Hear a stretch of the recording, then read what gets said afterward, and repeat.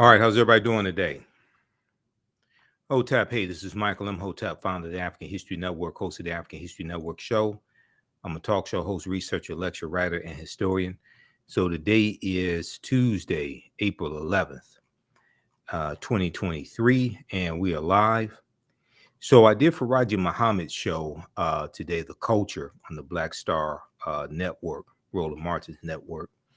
So some of you all saw that broadcast, and one of the topics we discussed was the two African-American lawmakers in Tennessee, Representative Justin Jones, Representative Justin Pearson, as well as Representative Gloria Johnson.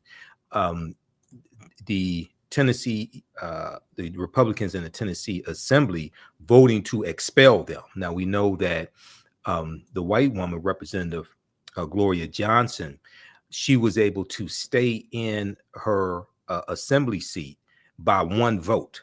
It was only one vote that made the difference. Well, we know the two African-American men were expelled, and they were standing up calling for common sense gun laws and standing up for not just their constituents, not just the 70,000 people in their respective districts who sent them there, but they're calling for common sense gun laws to protect people in Tennessee. And this, the protest that they led on the assembly floor was spurred by what happened the previous week in Nashville, Tennessee, with the mass shooting at the Christian school where 6 people were killed, including 3 9-year-olds. Okay, so we got the news that on Monday, April 10th, Representative Justin Jones was sent back to the state capitol, and he was put back in his seat. So NBC News has this article: ousted Tennessee legislator Justin Jones reinstated after Nashville council vote. Reinstated after Nashville council vote. The council suspended the rules to allow an immediate vote on Justin Jones' seat. Less than an hour later, Representative Justin Jones was sworn in on the steps of the state capitol. Okay. So we talked about this today, but we had a deeper conversation dealing with white supremacy and racism, and also some of the history of Tennessee, some of the racist history of Tennessee. So I wanted to share some more information that we did not get a chance to deal with on today's show. We only had about 15 minutes for that segment. Okay, so very briefly here, if we go back to this article, and then also CNN has an article dealing with this as well. And I talked about this last Friday on Roland Martin Unfiltered, as well on the Black Star Network. So download the Black Star Network app and follow Roland Martin on Facebook and YouTube. Follow the African History Network. Follow me on Facebook, The African History Network, and on my personal page, Michael Imhotep.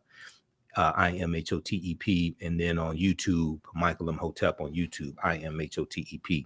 So the Nashville Metropolitan Council voted Monday, April 10th, to return Representative Justin Jones to the state legislature after he was removed last week. By Republicans for protesting gun violence on the House floor. The 36 council members at Monday's meeting unanimously supported reinstating Representative Justin Jones. The council had suspended its rules to allow an immediate vote instead of holding a month-long nomination period. Now, less than an hour later, Representative Justin Jones was sworn in on the steps of the state capitol. He raised his fist as he entered the House chamber while supporters chanted, "Welcome home." Okay, and this is let's see, Representative walks into the House chamber with Representative. Yeah, this is from Monday. Here's a picture of him coming back triumphantly. Okay, and Representative Gloria Johnson is with him as well. Okay, he said, "I want to welcome democracy back to the People's House," Johnson said in a speech on the House floor. He said, "I want to thank you all, not for what you did, but for awakening the people of this state, particularly the young people. Thank you for reminding us that the struggle for justice is fought and won in every generation.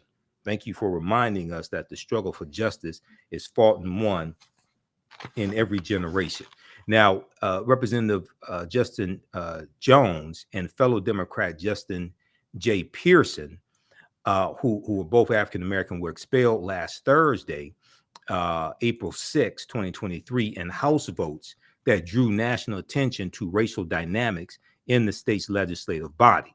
Okay, now Representative Jones and former Representative Justin Pearson and State Representative Gloria Johnson had led supporters in chants for calling for gun control measures after a shooting at a Nashville school killed 6 people, including 3 9-year-old children. The 3 broke House rules and used a bullhorn when they were not recognized to speak, because they were on the House floor and they were trying to speak. The microphones were cut off. Then they used a bullhorn to call attention to what was taking place. There were also many of the constituents there who were protesting, calling for common sense gun laws. Now, Tennessee has some of the most lax gun laws in the country, number one. Number two, there are 4 gun manufacturers in the state of Tennessee as well. So the Republicans are beholden to the gun manufacturers and to the gun lobby. Now, House leaders cast the protest. The House Republicans cast the protest as an insurrection, and voted Thursday to expel Representative Jones and Pearson from the General Assembly. Now, Representative Gloria Johnson, who was white, survived her vote, which she suggested had to do with her race. After Monday's council vote, Representative Jones and Representative Johnson and Jones embraced and locked arms. Now, it's expected that Representative Justin Pearson will be returned to the state assembly on Wednesday. It's suspected he will be. We'll see what happens. Now, hundreds of demonstrators who had assembled outside the Metro Nashville courthouse marched to the state capitol after the council vote. They were joined by Representative Jones and former Representative Pearson.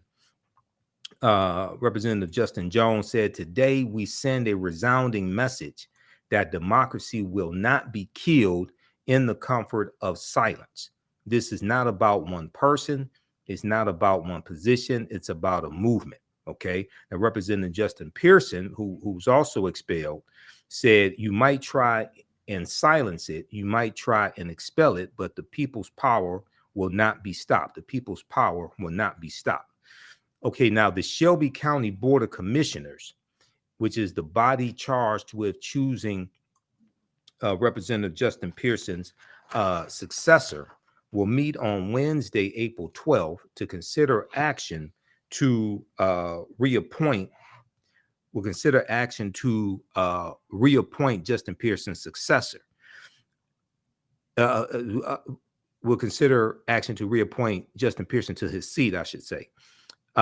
Chairman Michael Lowry announced on Sunday.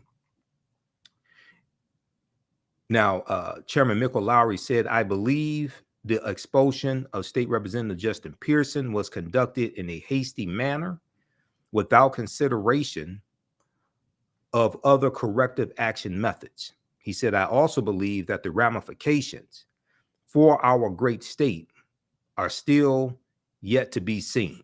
I also believe that the ramifications for our great state are still yet to be seen." Now, the Republican Speaker of the House, Cameron Sexton, has committed to seating whomever the 2 bodies appoint to fill the vacancies, including Jones and Pearson. Okay, now, the reason why, so they tried to use the pretext, the Republicans tried to use the pretext and said that this was about House decorum and they broke the House rules and things like this. That's not why. Okay, they were trying to put these 2 African-American men back in their place. What these white men perceived was their place. And Representative Justin Jones was on Meet the Press Daily. He was on Chuck Todd's show on NBC News Now, and talked about how many of those white Republicans look at as well as Justin Pearson as being uppity. Okay. And one of the things I said on Roland's show, as well as on Faraji Muhammad's show, is that 60, 70, 80 years ago, many of those white Republican men would have been involved in a physical lynching of those two African-American men. But since they couldn't do a physical lynching, they did a high-tech political lynching. And it's designed to put them in their place and send a clear message that they're not going to tolerate protests like that taking place. And they really want to suppress the political power that African Americans have in Tennessee. So Republicans, they have a supermajority in the state legislature, and they have a Republican governor as well. Okay, now CNN has an article dealing with this story also. Nashville sends Justin Jones back to the Tennessee House days after GOP lawmakers ousted him. This is from Monday, April 10th. Okay, and you see protests taking place here as well. Okay, so you can read this article from CNN.com also. Okay, when we look at, so there was a couple things that I wanted to focus on. One of the things that's missing here is the outcry from the corporate community, from corporations. And what I mean by that is, back in 2015, when in the state of Indiana, when you had the Indiana Religious Freedom Bill, okay, you had the Indiana Religious Freedom Bill, and this was ostensibly known as the transgender bathroom bill. Some of you all may remember that. There was a guy who was the governor of Indiana. His name was Mike Pence. Mike Pence went on to become vice president of the United States under the traitor-in-chief, Benedict Donald Trump. When the state legislature passed that transgender bathroom bill, there were numerous corporations that came out against this and denounced it and threatened various types of actions against the state of Indiana. They threatened to cancel conferences in Indiana. They threatened to stop projects that were taking place. Okay. NCAA moved one of its games, college basketball. There was all types of economic pressure coming from corporations. This article right here from Huffington Post, Gen Con, which is one of the biggest video gaming conferences in the country.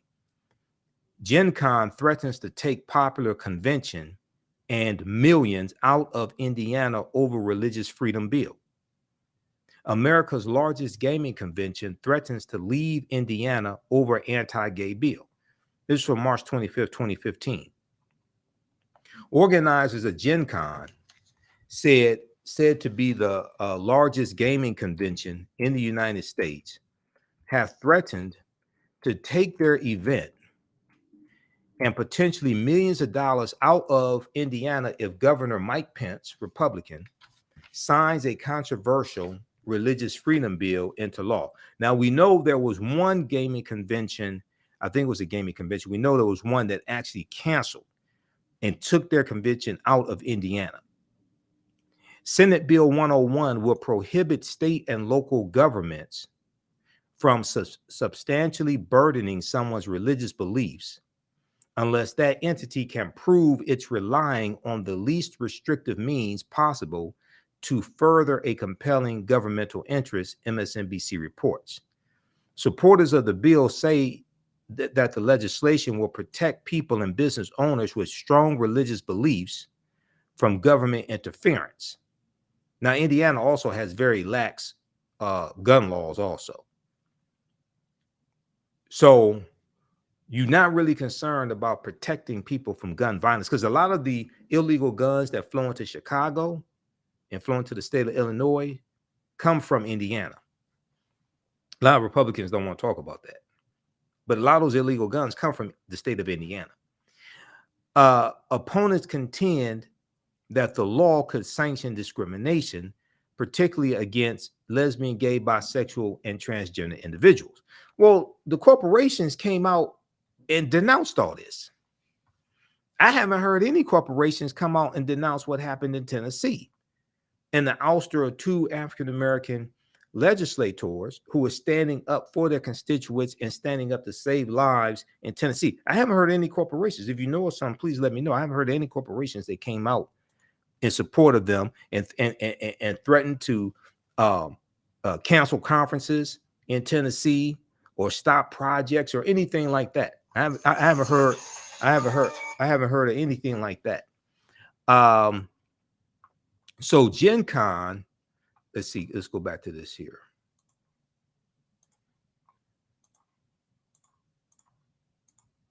Gen Con proudly welcomes a diverse attendee base made up of different ethnicities, cultures, beliefs, sexual orientations, gender identities, abilities, and socioeconomic backgrounds. Adrian Swartout, owner and CEO of Gen Con, wrote in a letter sent to Mike Pence this week. Legislation that could allow for refusal of service or discrimination against our attendees will have a direct negative impact on the state's economy and will factor into our decision making on hosting the convention in the state of Indiana in future years. Okay, now Gen Con claims to be the longest running, best attended gaming convention in the world, video gaming convention. According to Swartout, more than 56,000 people attended the convention at the Indiana Convention Center in Indianapolis last year. He also added that the convention pumps more than $50 million into the city annually. Now, so what they did was they leveraged their economics to force a political agenda. I haven't heard corporations coming out in support of these two African-American legislators and what they're fighting for. I haven't heard corporations come out and support them like Gen Con and other corporations came out and supported transgender people being able to use the bathroom of their choice in the state of Indiana. Now, so what happened was, if you don't remember what happened, because I reported on this taking place when it took place. And on the African History Network show, we dealt with it here in my radio show on 910 a.m. Superstation WFDF here in Detroit. Okay, so within about a week, they changed the state legislature in Indiana, changed the bill because there was so much pressure put on them, so much economic pressure put on them, and so much pressure in the media. Okay, so if we look at this article here, let's see. Now this is from MSNBC.com, and this is like the following week. Name of this article: Indiana Governor Mike Pence, quote unquote, fixes controversial religious freedom law. Indiana's Republican Governor Mike Pence signed into law a proposed fix to the week-old Religious Freedom Restoration Act on Thursday, but will it work? Okay, now we just look at this very quickly. This is from April 2nd, 2015. Indiana's Republican governor signed into law a proposed fix to the week-old Religious Freedom Restoration Act on Thursday amid uncertainty as to whether the move would ease intense criticism plaguing the Hoosier state. So there will be some who think this legislation goes too far and some who think it does not go far enough. But as governor, I must always put the interest of our state. But as governor, I must always put the interest of our state first and ask myself every day, what is best for Indiana? Governor Mike Pence said in a statement. He said, quote, I believe resolving this controversy and making clear that every person feels welcome and respected in our state is best for Indiana. Okay, so is making every person feel welcome and safe from being the victim of gun violence in Tennessee best for Tennesseans? Governor Bill Lee of Tennessee. and House Speaker Cameron Sexton and Representative Andrew Farmer in Tennessee State Assembly. The so-called fix was met with reactions on Thursday, exactly 1 week after Governor Mike Pence signed into law the bill and unleashed an avalanche of national scorn.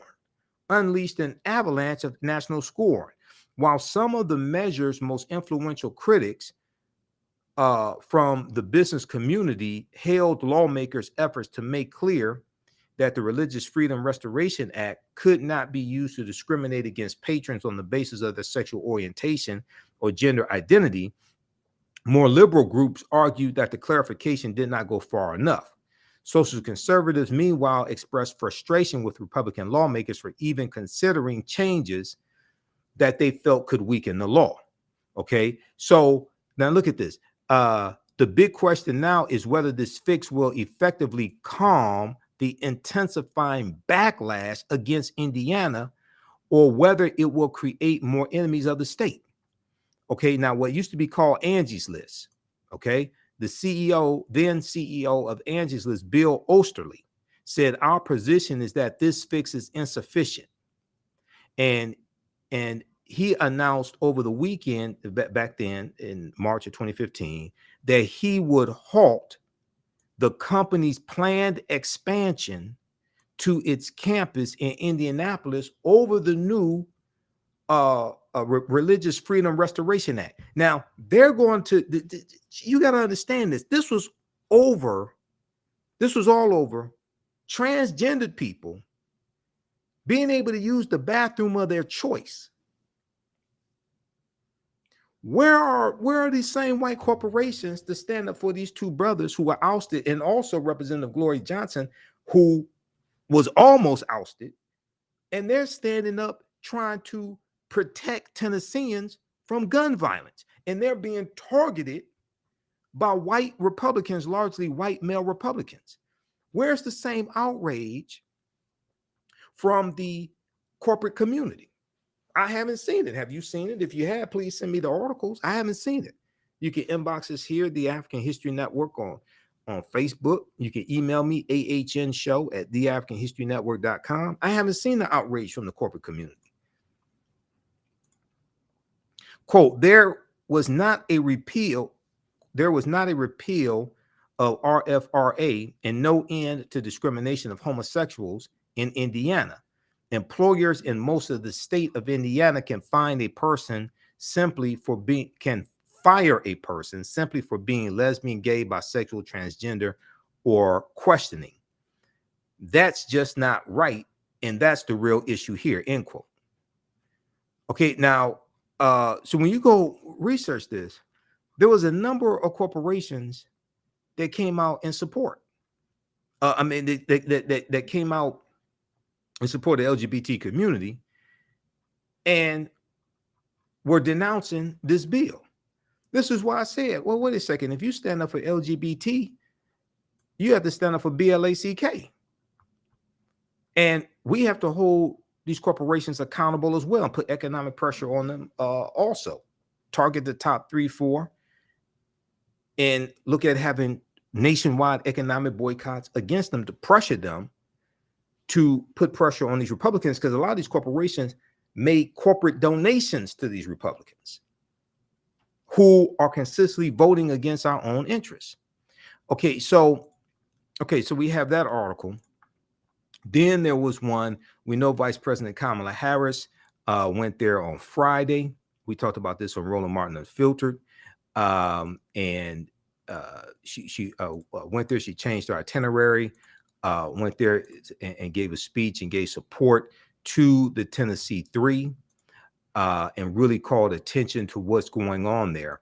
And this deals with the gerrymandering that's taking place in Tennessee and the voter suppression that's taking place as well.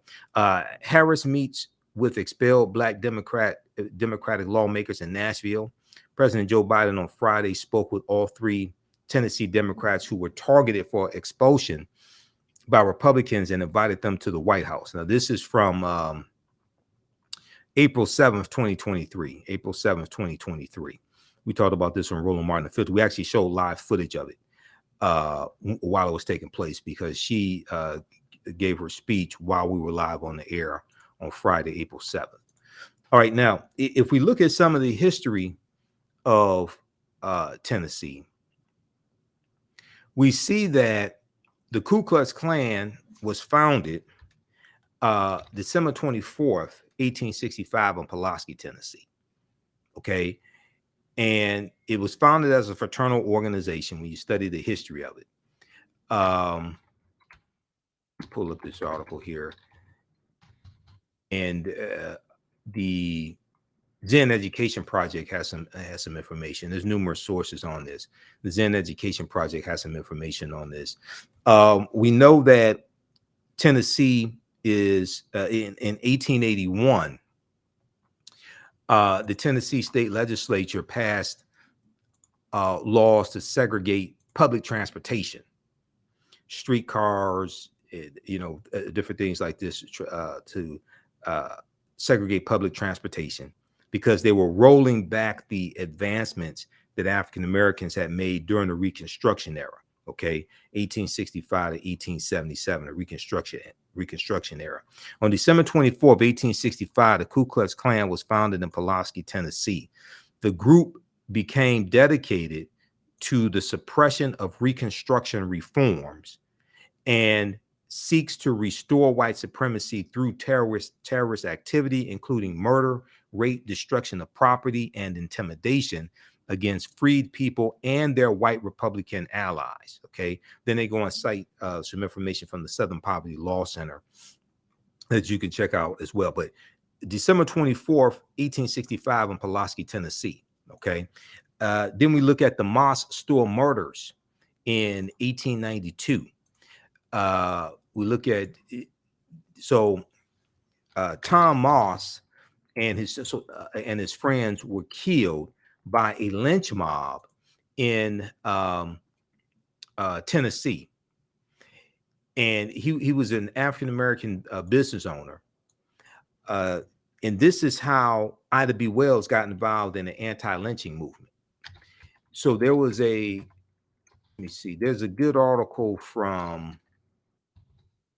about Ida B. Wells from PBS.org, dealing with the rise and fall of Jim Crow. The rise and fall of Jim Crow.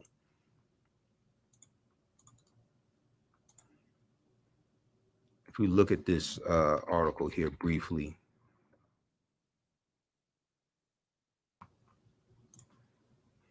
How's everybody doing? If you like this type of information, give us a thumbs up, give us a heart, give us a like. Also, you can support the African History Network, $ the AHN Show through Cash App, $ the AHN Show through Cash App, and through PayPal, paypal.me/the AHN Show. So let's keep doing the read, stay on the air, keep broadcasting, pay some of the bills, etc. Be sure to register for the online history classes I teach on Saturdays and Sundays. Ancient Kemet, the Moors, and the Ma'afa, understand the transatlantic slave trade, what they didn't teach you in school. And that's 2 p.m. to 4 p.m. Eastern Standard Time on Saturdays. And on Sundays, it's Black resistance movements from the Haitian Revolution, U.S. Civil War, Civil Rights Movement, and Black Power Movement, 1800 to 1968. So visit our website, TheAfricanHistoryNetwork.com, TheAfricanHistoryNetwork.com. We have the information there. You don't have to be present in the class when we're live. We do the sessions live. All the sessions are archived and recorded. You can watch them on demand, so you don't have to worry about trying to be in class at a certain time. All right, now if we look at this article here, this is from PBS.org, Public Broadcasting System. The rise and fall of Jim Crow, Ida B. Wells forced out of Memphis, 1892. Ida B. Wells forced out of Memphis, Tennessee, 1892. Okay. And we look at the article here. It says in March of 1892, Ida B. Wells, a journalist and former Memphis school teacher, started a crusade against lynching after 3 friends of hers were brutally murdered by a Memphis, Tennessee mob. After 3 friends of hers were brutally murdered by a Memphis, Tennessee mob. Tom Moss and two of his friends, Calvin McDowell and Henry Stewart, were arrested for defending themselves. Um, against an attack on Tom Moss' store. Tom Moss was a highly successful, highly respected figure in the African American community. He was a postman, as well as the owner of a grocery store. The name of the grocery store was called the People's Grocery Store. A white competitor was enraged. A white competitor was enraged that Tom Moss had drawn away his African-American customers, so the white competitor hired some off-duty deputy sheriffs to destroy Tom Moss's store. Tom Moss and two of his friends were there in the store when these off-duty deputy sheriffs arrived, and they didn't know that they were deputy sheriffs. So naturally, they resisted. Okay. So a gun battle broke out, and several deputies were wounded because Tom Moss and his friends shot them. Okay. Tom Moss and his friends shot them, rightfully so. This was self-defense. They defended themselves. Now, Tom Moss, his two friends, and 100 other African-American supporters were arrested. Several nights later, masked vigilantes dragged Tom Moss and his two friends from their cells, took them to a deserted railroad, and shot them to death. Enraged by their deaths, Ida B. Wells lashed out at the refusal of the Memphis police to arrest the well-known killers. So these three brothers were lynched. Okay. And the white grocery store owner is jealous that Tom Moss built a successful grocery store and has successful clientele. So because when you go and look at this history, you say, okay, so you segregate African Americans and lock us out of many opportunities because you think we're inferior and you think we're superior. Then we build some successful businesses and grocery stores and communities. And because you're so jealous, now you want to destroy the communities and destroy the businesses that we built, or you want to run expressways through them, like the Fillmore district in San Francisco, and they wiped out 883 businesses and displaced about 20,000 people, most of them African Americans, and many of them were homeowners. So you segregate us because you say we're inferior. And then when we have success, in spite of your perceived inferiority, you want to destroy the success. And then you want to say, oh, you all should pull yourselves up by your own bootstraps. After we built some successful communities, whether it's Tulsa, Oklahoma, Black Wall Street, whether it's the Fillmore district in San Francisco, whether it's Seneca Village in New York, and they took that land through eminent domain and turned that into Central Park. Whether it's Black Bottom here in Detroit, in the area like near where I live, Black Bottom here in Detroit, and I-375 expressway came through in 1964 and wiped out Black Bottom, knocked out about displaced a number of homes. And then I-75 runs through Paradise Valley, which was an adjacent community, wipes out about 300 African-American owned businesses.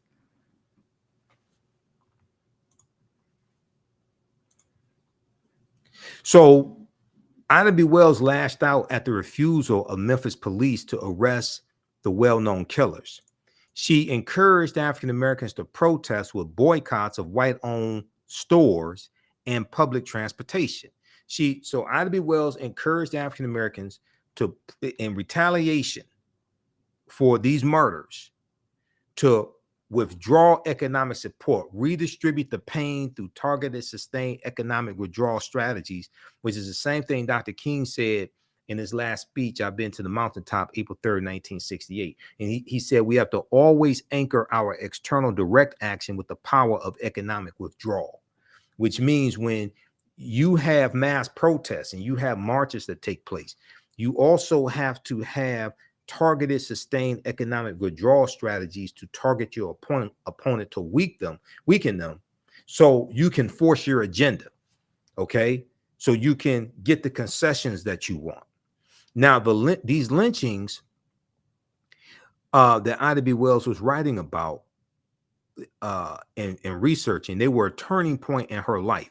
She began to investigate and reveal that the real motivations that lay behind the lynching, like many middle-class African Americans, Ida B. Wells had accepted the myth, like many middle-class African Americans, Ida B. Wells had accepted the myth that only poor African Americans were lynched for heinous crimes, that only poor African Americans were lynched for heinous crimes. Now, Ida B. Wells was now shocked into realizing that even innocent middle-class African Americans could be targets. As Ida B. Wells investigated the reason for lynching, she discovered that a number of victims were lynched not for rape, as was written in the newspapers or circulated in rumors where they say the black man raped a white woman. She discovered that a number of these lynching victims were not lynched for rape, but they were lynched for having sexual relations with consenting white women. Many African American men were lynched for having consensual sex with white women. The white women were not raped. What happened was her husband found out, or her boyfriend found out, or her father found out, okay? And then he gets the good old boys to go lynch this Negro, and he says, oh, they raped her, blah, blah, blah. And it wasn't rape, it was consensual. When you go study the Rosewood Massacre, January 1923, Rosewood, Florida, okay? There was a white woman named Fanny. In the 1997 Rosewood, I think it was 1997, the movie Rosewood, directed by John Singleton, starring Ving Rhames and John Voight. John Voight is a big Donald Trump supporter. But Ving Rhames and John Voight, that's about, and Don Cheadle, Esther Rolle is in the movie also. So that's about the Rosewood Massacre. Okay, in the movie, there's a lot of fiction in the movie, but it's still a good movie, and is based upon historical events.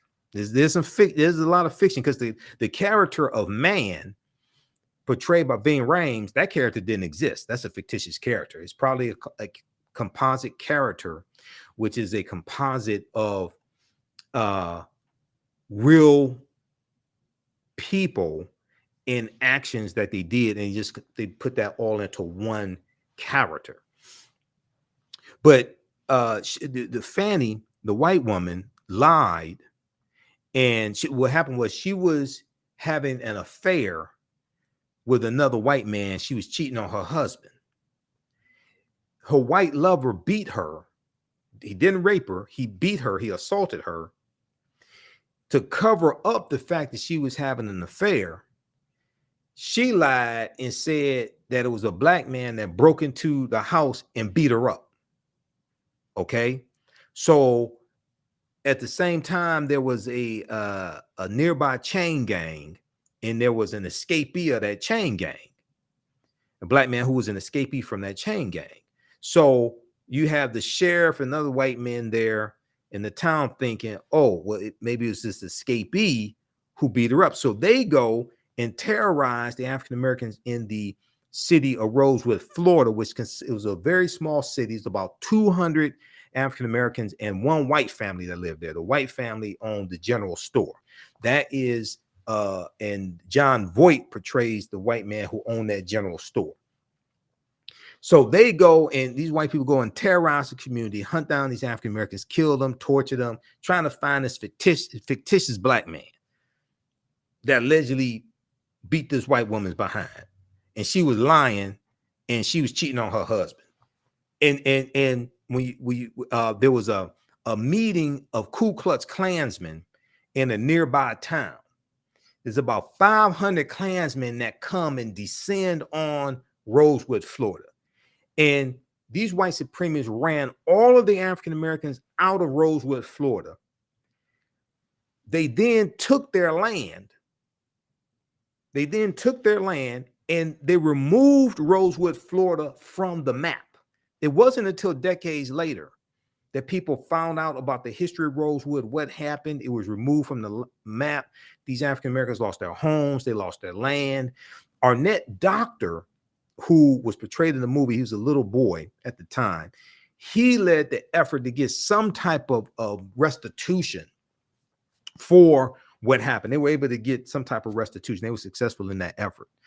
Okay. But this is just one example. Okay. Rosewood, Florida. This is just one example.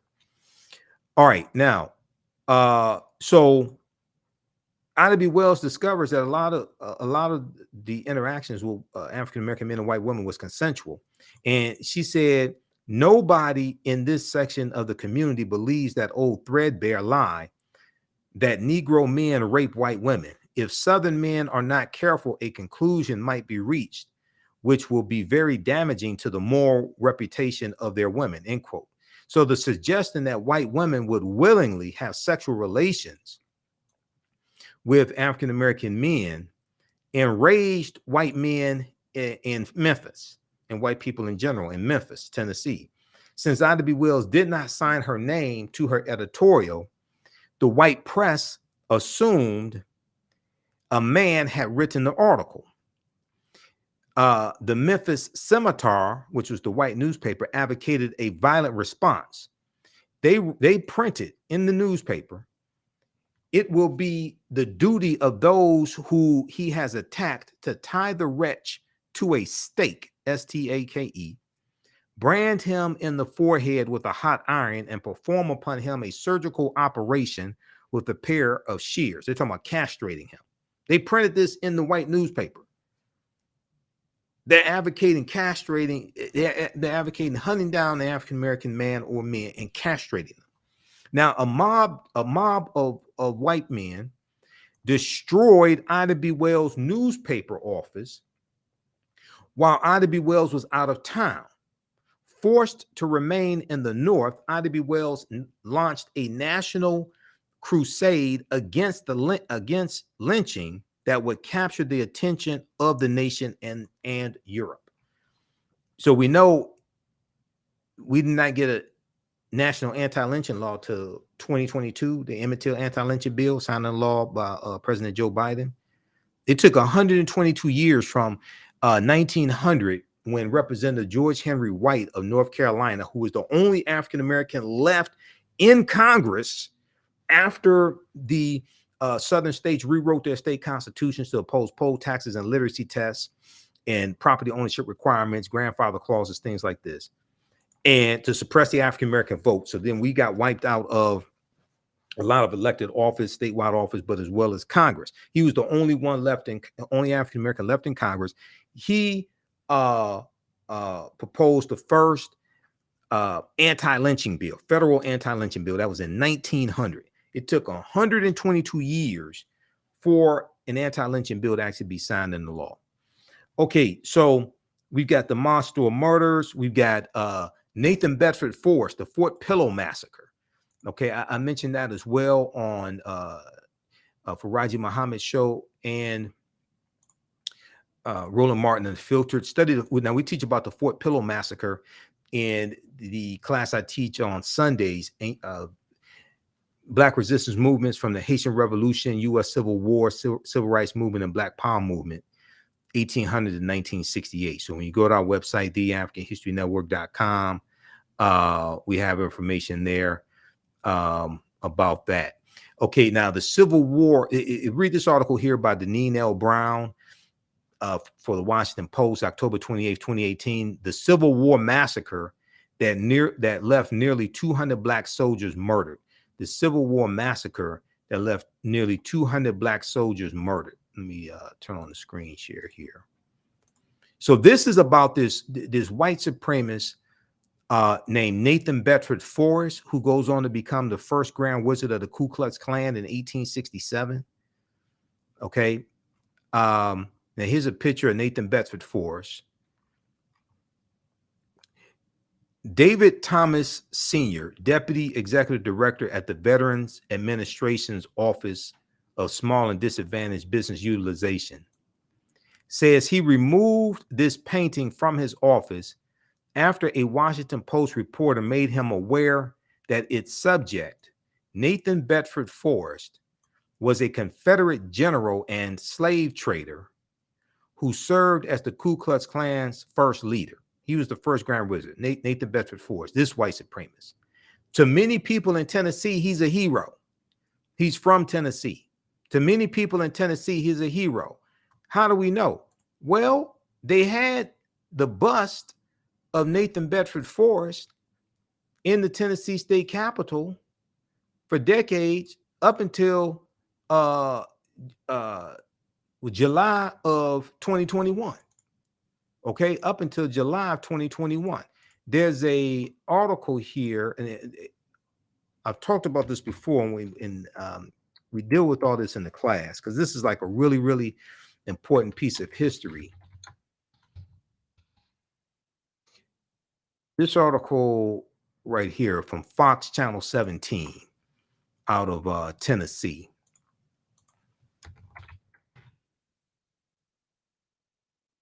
Bust of KKK leader Nathan Bedford Forrest removed from Capitol. And there was a lot of white people who were upset that day. Bust of KKK leader Nathan Bedford Forrest removed from Tennessee state capitol. This article is from Friday, July 23rd, 2021. Okay, Fox 17, WZTV Nashville, WZTV Nashville. For the first time since the 1970s,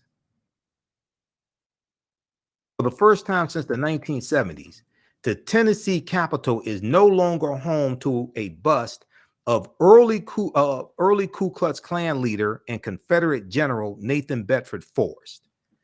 After years of controversy, the bust was officially moved Friday morning. And I remember seeing members of the state assembly, things like this, state legislature, African-American members on MSNBC talking about how they're trying to get this bust removed of this traitor and this traitor to the Union, this slave trader and Grand Wizard of the Ku Klux Klan. He's being honored in the Tennessee state capitol. The bust of the Confederate general and KKK wizard still sat in the Capitol months after a vote to remove it and two other statues. Thursday's vote from the State Building Commission was the final step for removal. It's slated to be moved to the Tennessee State Museum. While Governor Bill Lee, Republican, and others voted yes, Lieutenant Governor Rand McNally and House Speaker Cameron Sexton voted no. Now, Cameron Sexton is the House Speaker right now who led the persecution of these two African-American men. This is the same Speaker, Cameron Sexton, who voted not to remove the bust of this traitor to the Union and slave trader and Confederate General Nathan Bedford Forrest, who was the first Grand Wizard of the Ku Klux Klan. Tennessee Speaker of the State Assembly, Cameron Sexton, said in the statement, quote, trying to judge past generations' actions based on today's values and the evolution of societies is not an exercise I am willing to do because I think it's counterproductive. So you thought the political lynching of Representative Justin Jones and Representative Justin Pearson was productive? He said it is much more productive to learn from our past and not repeat the imperfections of the past. Any attempt to erase the past only aligns society with the teaching of communism, which believes the present dominates the past. I don't know what the hell communism has to do with this. You're talking about a traitor to the Union. Now, keep in mind, Tennessee is one of the former Confederate states that took up arms against the Union, seceded from the Union, joined the Confederate States of America because they wanted to maintain slavery. Now, they may say, oh, it's about states' rights. Yeah, it's about states' rights to own slaves. Because the first state to secede from the Union was South Carolina in 1860, December 6, 1860, about 6 weeks after, December 20th, 1860, about 6 weeks after Abraham Lincoln becomes president-elect in November of 1860. And these southern states fear Lincoln is going to free the slaves, okay, because he's the candidate of the newly formed Republican Party, which was formed by groups of abolitionists. And the Republican Party was formed as a backlash to the Kansas-Nebraska Act of 1854, which was going to allow for the westward expansion of slavery into the Kansas-Nebraska territories. Okay, this is the Kansas-Nebraska Act of 1854 is one of the things that leads to the Civil War taking place, and we're going to see armed conflict break out in the Kansas territory, and it's known as Bleeding Kansas. And it's armed conflict between pro-slavery and anti-slavery groups. So you're going to have about 55 to 60 people killed from about 1855 to 1859 in what's known as Bleeding Kansas. Okay, so read the rest of this here. Lieutenant Governor Rand McNally said, quote, my position on the bust of Nathan Bedford Forrest has been clear and consistent over a number of years. I believe that context is needed, but not removal. No one is arguing that Nathan Bedford Forrest is not a problematic figure. He is, but there is more to his history.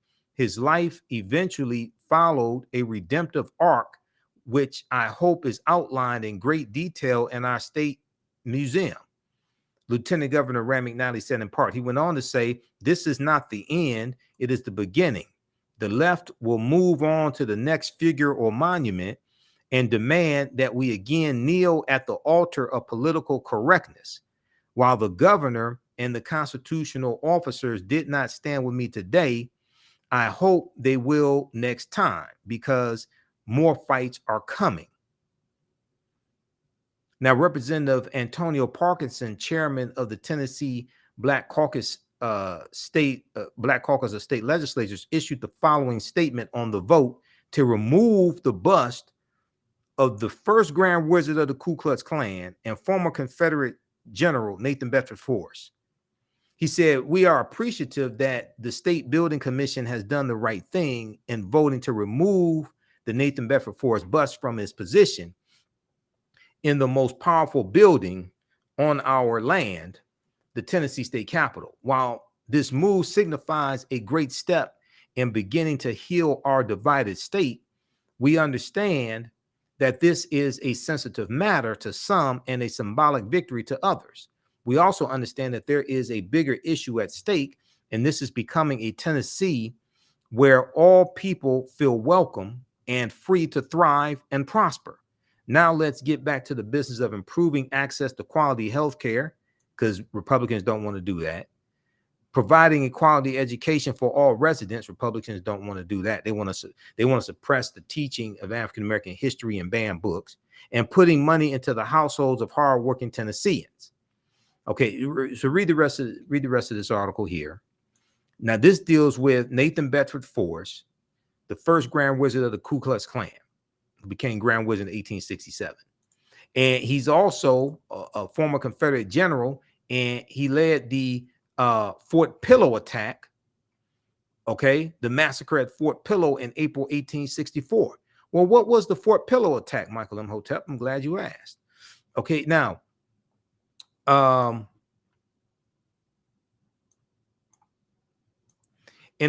so Major General Nathan Bedford Forrest, who was a ruthless slave trader, the first Grand Wizard of the Ku Klux Klan and the man who led the Confederate forces in a bloody Civil War battle in 1864 that became known as the Fort Pillow Massacre. Okay. So the battle to regain Fort Pillow, Pillo, began April 12, 1864, when Nathan Bedford Forrest led 2,500 Confederate cavalry in an attack on the fort about 40 miles north of Memphis, Tennessee, according to the National Park Service. The fort was held by Union troops, including 295 white soldiers and 262 colored soldiers, under the command of Major Lionel F. Booth. Major Lionel F. Booth. The Confederates included sharpshooters. The Confederates, including sharpshooters, unleashed a storm of bullets on the fort, killing Booth. Okay, Major Lionel F. Booth. Major Nathan Bedford Forrest demanded unconditional surrender. Although outnumbered by the Confederate soldiers, Major William F. Bradford, who had taken command of the Union troops, refused to surrender. Okay, the Union troops are the north, Confederates are the south. Confederates renewed the attack, soon overran the fort, and drove the Federals down the river's bluff into a deadly crossfire, according to the National Park Service. As many as 300 Union soldiers, including 200 Black soldiers, were killed. Many were shot point blank in the head. Many of them were executed point blank in the head. Mark Lemming, Leaming, was the highest ranking Union officer to survive the battle. His eyewitness account, written nearly 30 years later, on April 14th, 1893, would stand as a testament to what happened at Fort Pillow. Okay, so he goes through and explains this, and he says many of the colored soldiers, seeing that no quarters were to be given, madly leaped into the river, while the rebels, the Confederates, stood on the banks or part way up the bluff and shot at the heads of their victims, end quote. Now, Mark Lemming fell on the side of the bluff near the bank of the Mississippi River. He said, I could plainly see this firing and note the bullets striking the water around the black heads of the soldiers until suddenly the muddy current became red, and I saw another life sacrificed in the cause of the Union, he wrote. Then Mark Lemming noticed a black soldier in the river clinging to life. Quote, 2 Confederate soldiers pulled him out, Lemming recalled. He seemed to be wounded and crawled on his hands and knees. Finally, one of the Confederate soldiers placed his revolver to the head of the colored soldier and killed him. This is under the command of Nathan Bedford Forrest, who white Republicans in the Tennessee state legislature did not want to remove the bust of his head because he meant so much to them. Confederate soldiers pulled down the Stars and Stripes flag, Mark Lemming wrote, and hoisted the Stars and Bars, which was the flag of the Confederacy. In May 1864, the New York Times, because the New York Times is over 100 years old, in May 1864, the New York Times received a letter from a naval officer describing the bloody scene at Fort Pillow and demanding the Union government retaliate. Okay, so read the rest of this article here.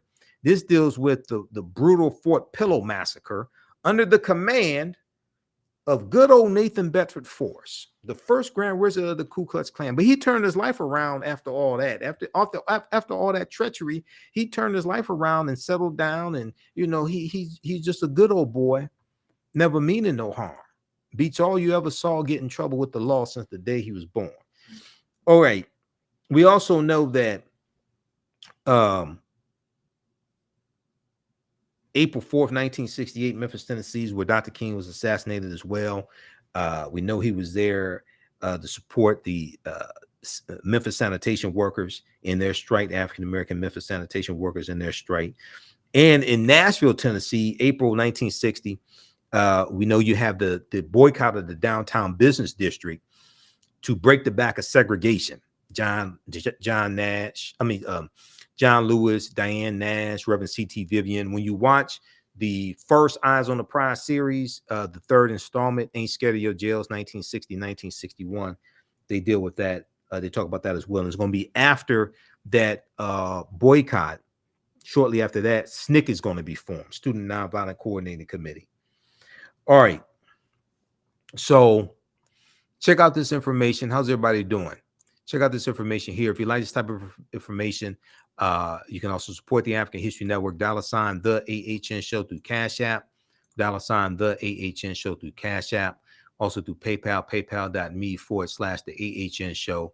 Be sure to register for the online history classes that I teach on Saturdays and Sundays. We have that information.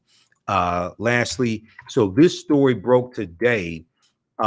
Tennessee Republican governor calls on state lawmakers to toughen gun restrictions. Okay, this is Governor Bill Lee, and we'll see what happens with this. This is a direct result of the protests that have been taking place in Tennessee. Tennessee Republican governor calls on state lawmakers to toughen gun restrictions. This is from Tuesday, April 11th, 2023. This is Republican Governor Bill Lee. He's under intense pressure right now. Tennessee Republican Governor Bill Lee on Tuesday urged the state's legislature to pass additional gun control measures, an especially charged subject in a state that recently suffered a school shooting and the acrimonious expulsion of 2 Black Democratic lawmakers who called for greater firearm restrictions. Quote, I'm asking the General Assembly to bring forward an order of protection law,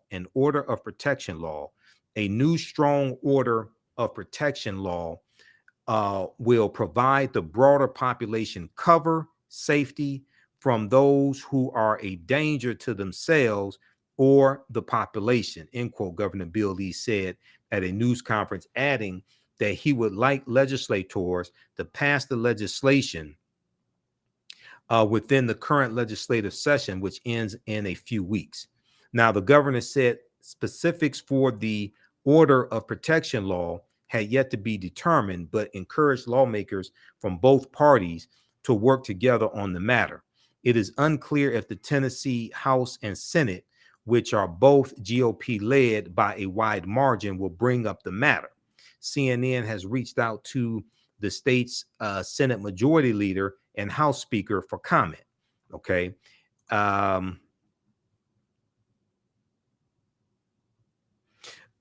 Governor Bill Lee said we should be very serious about real solutions and about getting real solutions across the finish line. And I look forward to working with the General Assembly to do just that. It is possible to get this done. We should work to set aside our differences and accomplish something that Tennesseans want us to get accomplished, end quote.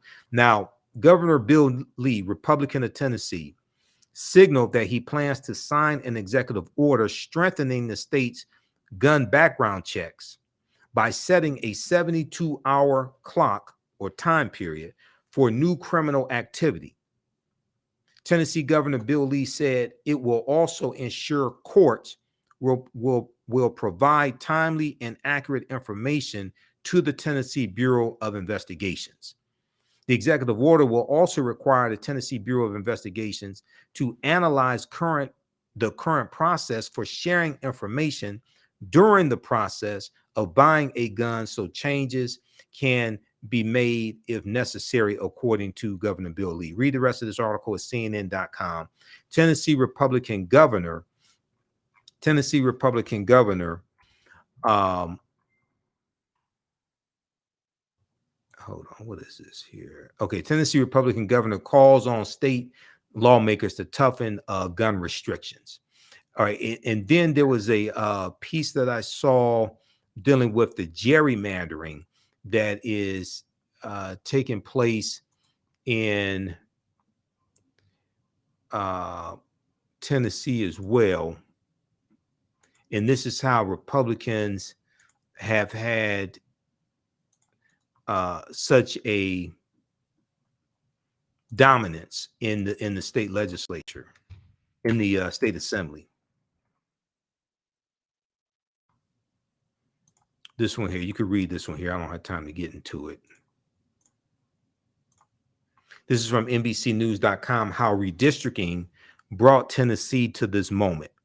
Politics watchers note that Republican efforts in the state to minimize representation of Democrats on both the federal and state levels have been years in the making. Okay, have been years in the making. How redistricting brought Tennessee to this moment. All right, now this is from April 11th, Tuesday, April 11th, 2023.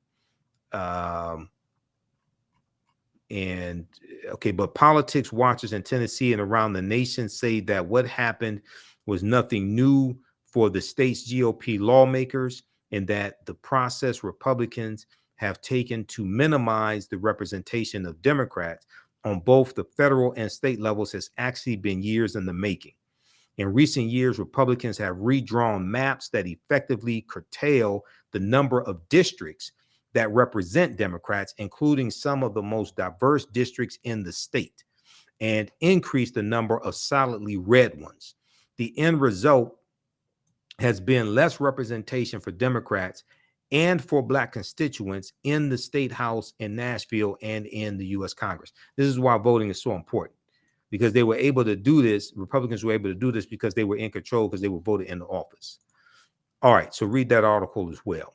Now, lastly, people may ask the question, well, is there a connection between Memphis in Egypt and Memphis, Tennessee? Okay, very good question. I'm glad you asked that question. You must be watching the African History Network show to think that there's a connection and ask that question. There is a connection. Memphis, Tennessee is named after Memphis in Egypt, and we know Memphis in Egypt in ancient times, that was the capital city of Menefer. Okay, so the University of Memphis has a good piece here from the Institute of Egyptian Art and Archaeology from the University of Memphis, memphis.edu. Brief history of the Institute of Egyptian Art and Archaeology, and they talk about the city of Memphis, Tennessee. City of Memphis, Tennessee has always had a special connection to its ancient namesake, Memphis, Egypt. Memphis, Egypt. The American city of Memphis, Tennessee was founded in 1819 by General Andrew Jackson, white supremacist General Andrew Jackson, who later became president and signed the Indian Removal Act of 1830 into law.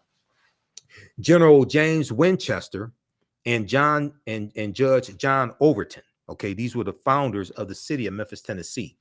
Based on its strategic position at the head of the delta of the Mississippi River, the head of the delta of the Mississippi River is sometimes called the American Nile or American Nile River. The city of Memphis, Tennessee was named after the ancient city at the ancient capital of Egypt, Memphis, which was located at the head of the Nile River Delta. So the Mississippi River is looked at as the American Nile River, the counterpart to the Nile River in ancient Kemet, ancient Egypt. The citizens of Memphis have maintained their connection with ancient Egypt through the years. In 1917, Robert Galloway, chairman of the Memphis Park Commission, presented 2 large quartzite blocks to the city of Memphis. These blocks originally part of a palace in ancient Memphis are decorated with figures and inscriptions of the 26th dynasty around 550 BCE, before the Common Era, Pharaoh Anusubiti Amasis. Okay. More recently, the city of Memphis built its own pyramid, a huge structure of steel and glass that dominates the downtown skyline. Okay, so check this out also. We deal with a lot of history like this in the class I teach on Saturdays, Ancient Kemet, the Moors, and the Ma'afa, Understanding the Transatlantic Slave Trade, what they didn't teach you in school. We have about 7 books that we reference, about 100 articles or so. You don't have to buy any of the books to follow along in the class. Visit our website, TheAHNShow.com. You can register for the course. The course is on sale $60, regularly $130. Next classes meet Saturday, April 15th, April 22nd, April 29th, 2 p.m. to 4 p.m. Eastern Standard Time. Click here to register for the full course. And as soon as you register, the previous classes that we did are archived. You can watch those. And we have a video here that you can watch. That's a preview of the class. And on Sundays, I teach from Black resistance movements from the Haitian Revolution to the U.S. Civil War, Civil Rights Movement, the Black Power Movement, 1800, 1968. That class is on sale, $160, regularly $130. So it's over 50% off right now. We have a bundle pack where you get both classes for $100. Okay. And you get 5 lectures from me that will be in the video library. They'll be in digital format. Okay. So join us for the online classes on the weekend. The content is PG-13. You can use this information with your children as well. That's not overly graphic. I don't do a lot of cursing, anything like that. We have a PayPal, Cash App information here. There's our official Cash App account, $ TheAHNShow through Cash App. When you go to it, it says Michael and shows my picture there. You can click right here on the Cash App link. It has our QR code. This helps us keep doing the research, stay on the air, keep broadcasting, pay some of the bills, finance our Sunday night show, the African History Network show, as well. All right, look, we have to get out of here. Remember, at the African History Network, we focus on educating, empowering, and inspiring people of African descent throughout the diaspora and around the world, because right now it's correct wrong behavior. It's not over till we win. Wakanda forever. Hope you all learned a lot today. Follow us on our social media platforms and follow us on Instagram at the AHN Show on Instagram, or Michael Imhotep. There's Michael Imhotep on Instagram also. All right.